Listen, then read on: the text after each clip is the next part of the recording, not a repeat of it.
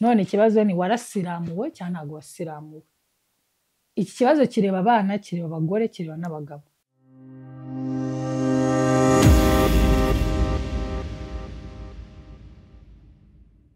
Kubera iki basiramura abagabo, abagore ntibadusiramure? It is so unfair. Ubundi se gusiramurwa byavuye, ubundi se bimaze iki? Ujya ubitekerezaho cyangwa bagusiramuje ukiri mutoya wisanga usiramuye? Ubundi uzi impamvu twisiramura? No, uzi impamvu bagusiramuye? Kuko zigeraga batsiramuye. Ariko hano i Bugande hari tribe isiramura abakobwa. Yep. Cyangwa wisiramuje kubera ko abandi bashiti bawe bagusekaga. Cyangwa wisiramuje ko ari umuhanga abantu bose bakora. Ubundi se byavuye he, bimaze iki? Bikora iki? Utisiramuye se ubundi byagenda bite? Kuko hano hanze hari abagabo badasiramuye. Ariko ikibazo nyamukuru ni kubera iki abagore twe batadusiramuye? Byavuzanywe nandi ubundi bituruka he, buriya bubabare umuntu agomba gucamo bwose. I can't relate. Igena ngo nzu bubabare mucamo, ariko I can see mfite abasaza banjye babasiramuje ndi mukuru mbareba. Ngo bisigaye byaroroshye, ariko nusigaye byaroroshye kubera imiti, ariko that's a hell of pain one goes through. So yeah, gusiramura niba utari unabizi ubimenye, ni Imana yabizanye. Wayita Allah, wayita Yahweh. By the way, uziko buriya Imana y'abasilamu n'Imana y'abakristo zitandukanye. Allah na Yahweh biratandukanye. Wabona uri umukristo utazi n'izina ry'Imana yawe. Anyway, so Imana y'abakristo cyangwa se y'abaheburayo yitwa Yahweh. Ni nayo Imana natwe dusenga. Iyo usomye Bibiliya urabibona. Niyo mpamvu muri amabwari mujye mwisomera Bibiliya mukabyaramo. Open that book and read it. You don't have to pay the price. Ntabwo ari ngombwa ko uzahanwa uzira ko utafashe igitabo ngo ugisome. Ntabwo Bibiliya uyisoma kugira ngo yumve, wisoma bisanzwe. Nk'uko wasoma ikindi kintu. Umwuka wera niwo ugusobanurira, umwuka wera niwo uguha imbaraga zo kuyisoma. Kandi uyisoma gake gake. Wakumva ibitotsi bije ukarekera. Ntabwo ari ngombwa ko wihata cyangwa ko wisunika kuyisoma, uyisoma gake gake. Ngira ngo bwa mbere nsoma Bibiliya byamfashe amezi 6. Can imagine. Namaze amezi 6 nsoma Bibiliya kuko ni n'igitabo kinini cyane. So isomye mu Isezerano rya Kera, Itangiriro ibice 10 ngira ngo 17 umurongo wa 11. Kabibiliya kanye karashaje, mugaseke please, excuse you. Ariko hano mu Itangiriro ibice 17 umurongo wa 10, kuva ku murongo wa 10 niho hambere tubona ko Imana yabwiye umugabo witwa Aburahamu gukebwa. Ntabwo ndi gukoresha ijambo gusiramurwa, ndakoresha gukebwa ko nicyo Kinyarwanda gikwiriye. So haravuga ngo iri ni ryo sezerano ryanjye muzakomeza, riri hagati yanjye namwe n'urubyaro rwawe ruzakurikiraho. Umugabo wese muri mwe azakebwe. Muzakebwa umunwa w'ibyo mwambariye, kizaba ikimenyetso cy'isezerano ryanjye nawe. Umuhungu wese muri mwe uzaba amaze iminsi 8 avutse azakebwa, bigeze ibihe by'ingoma zanyu zose. Uzaba avukiye mu rugo rwawe cyangwa n'ifeza uzaba avukiye mu rugo rwawe cyangwa utari uwo mu rubyaro rwawe, waguzwe n'ifeza n'abanyamahanga, uvukira mu rugo rwawe n'uwaguzwe igiciro, bakwiriye gukebwa, kandi isezerano ryanjye rizaba ku mubiri yanyu, ribe isezerano rihoraho. Kubera iki gukebwa cyangwa se gusiramurwa Imana bitanze nk'isezerano? Ibyo bintu bintesha umutwe. Nkibaze se, nose nimba Imana yaragiranye isezerano n'abagabo ikanabaha n'icyo kimenyetso, twebwe se abagore ko ntabwo dukebwa? Hano mu Bugande hari tribe isiramura abakobwa. Ngo umukobwa ngo udasiramuye ngo agira akajagari kenshi mu mutwe bakamukata. Ariko ni amakosa. Umugabo ni wenyine ugomba gukebwa. None nkibaza twebwe abagore tuzigaragambye twebwe se Imana ntabwo ituzi, ntabwo yagiranye isezerano natwe WhatsApp. Nimba warakurikiranye video zanjye za mbere nagiye mbivuga cyane ko ngiye burandi umuntu w'umunyamatsiko, iyo mbonye ikintu cyangwa se nekeje ku kintu ngishakira igisubizo, ndagiga mpaka hasi hejuru. Ikibazo cyose wibaza mu buzima bwawe uzakibonera igisubizo ari uko uganiriye n'abandi cyangwa se nyine ukagira icyo ubikora, kuko ijambo ry'Imana riravuga ngo musabe muzahabwa, mushake muzabona, mushake muzabona, highlight that, mushake muzabona. Iyo ushatse kumenya ikintu urakimenya. Nk'ubu nkamwe hari abantu uyu munsi abantu bari kunda muri benshi mwibaza ese ubu nzajya mu ijuru cyangwa ntabwo nzajya mu ijuru, ese ibyo nkora birahagije kugira ngo nzagere mu ijuru? Bibiliya iravuga ngo mushake muzabona. Ubikoreye umuhigo ukabihiga hasi hejuru wabona igisubizo, kuko igisubizo kirahari. Nta kintu muri iki kitagira igisubizo. Ikintu cyonyine tudafitiye igisubizo ni ryari isi izarangira, ni ryari Yesu Kristo azagaruka gutwara intama ze, cyangwa se ni ryari umunsi w'urubanza uzaba. Ibindi byose bifitiye ibisubizo kandi bitarimo urujijo, bitarimo urusimbi. Hari inzira yo kujya mu ijuru abantu baremye imeze nk'urusimbi, nta wamenya, ni uguhora wihana, igihe cyawe cyagera, igihe biriya ni urusimbi, ntabwo ari ukuri. Bibiliya isobanurwa na Bibiliya. So ikindi kintu ushaka kwibaza ni kubera iki Imana yise gukebwa cyangwa se gusiramurwa isezerano. Bavuga ngo waba wizera Imana waba utayizera, niba warakebwe, icyo ni ikimenyetso cy'isezerano ufitanye n'Imana. Ariko se n'isezerano bwoko ki? Si ibyo gusa, mbere yuko mvuga ku bya Bibiliya n'ijambo ry'Imana, ndashaka kuvuga ku byiza byo gusiramurwa nk'umuntu w'umugabo, kugira ngo basi unamenye akamaro bigufitiye kuba warasiramuwe cyangwa se warakebwe. Imana buriya ni umuhanga, ishobora kubivuga ngo kugira ngo ubikore nk'isezerano mugiranye, ariko hari n'ibindi bintu iba yashyize muri consideration, hari ibindi bintu iba yabaze, harimo n'iby'umubiri, science, biological things, psychological things, whatever. So gusiramurwa bifasha ibintu bitatu so far, according to my research, gendeye ku iperereza ryanjye cyangwa se research nakoze. Umuntu usiramuye bimurinda indwara zitandukanye, harimo infection, indwara zandurira mu mibonano mpuzabitsina, ndetse bikamuha n'isuku. Hari akana kagango nigeze kubona kadasiramuye, nkajya nkomeza nkabona kari gushima, kishima ku kadudu kako, kishima ndibaza se akana kabaye iki? Noneho igihe kiza kugera bagasiramura mpari. Hari ukuntu bakuraho ruriya ruhu basiramura umwana, basanga mo imbere harimo ibintu by'umweru, harimo ibintu by'umweru bimeze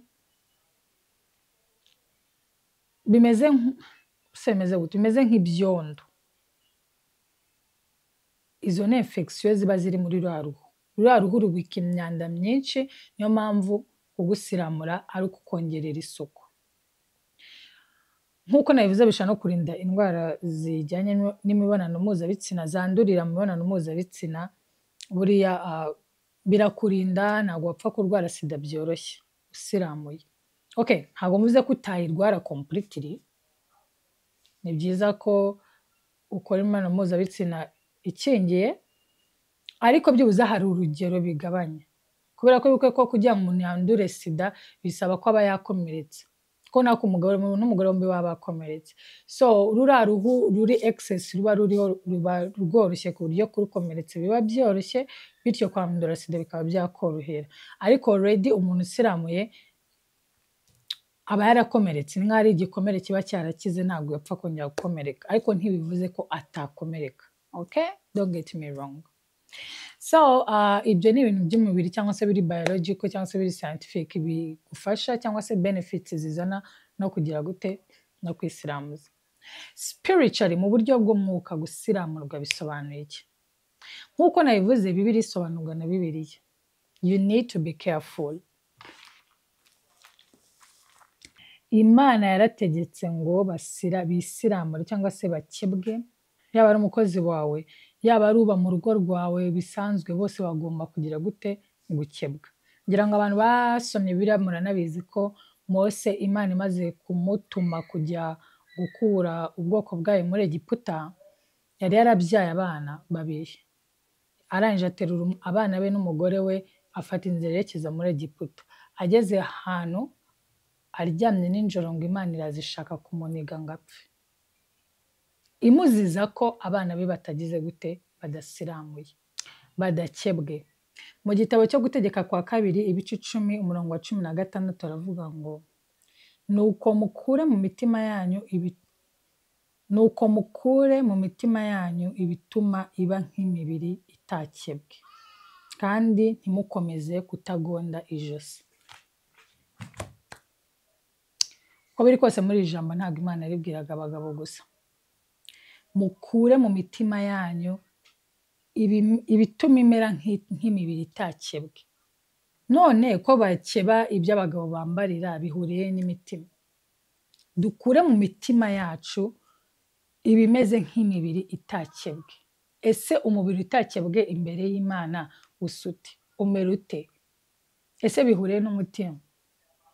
Gukebwa k'ukuri ni ugukebwa k'umutima, ntabwo ari ugukebwa kw'icyo wambariye, kuko nkuko nabivuze bibaye ari ibyo ngibyo abagore twari kujya kwigaragambya, nimba ari hehe ntago mpazi.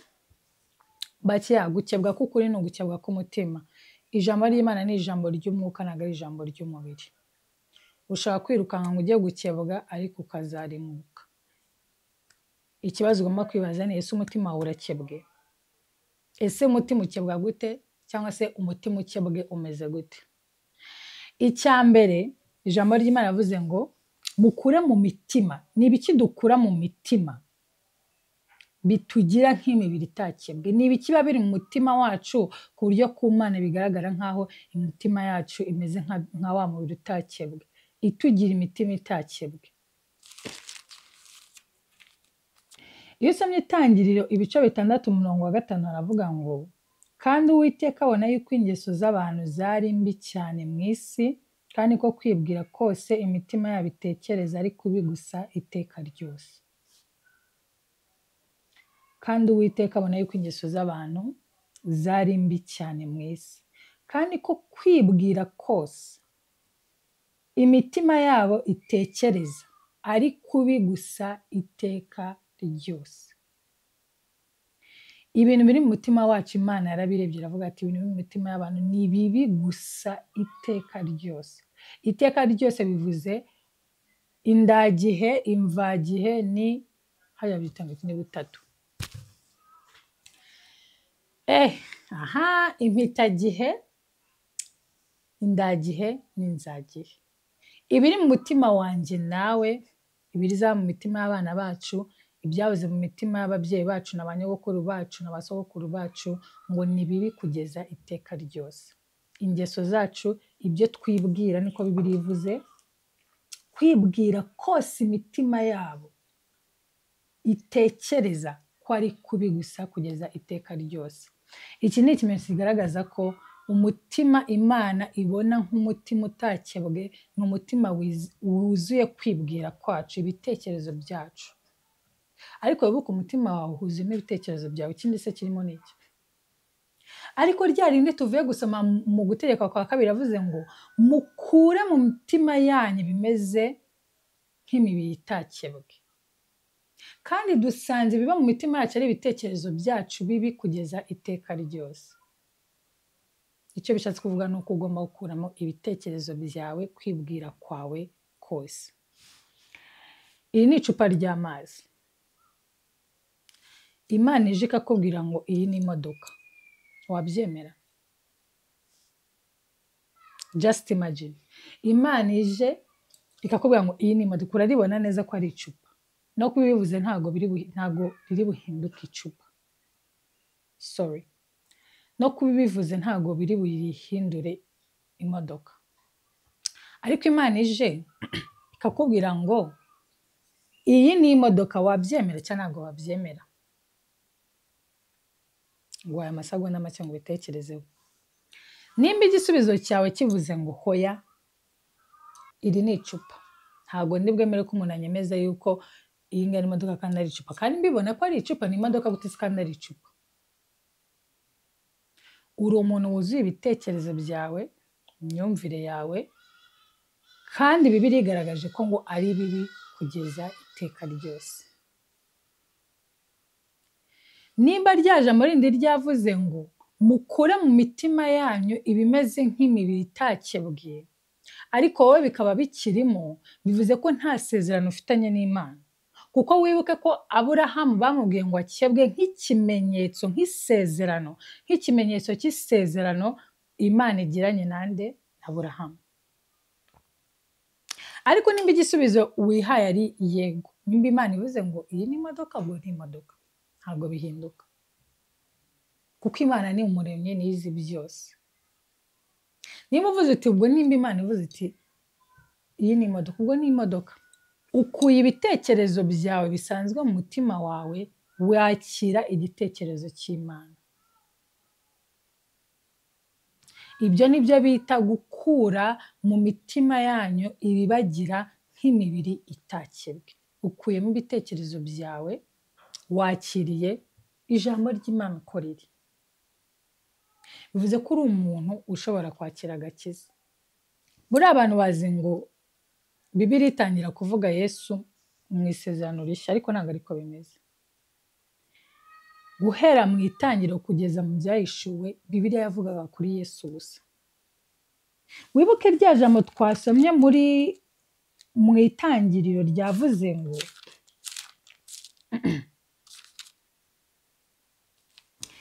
iri ni ryo sezerano ryanjye muzakomeza riri hagati yanjye namwe n'urubyaro rwawe ruzakurikiraho, umugabo wese wo muri mwe azakebwe.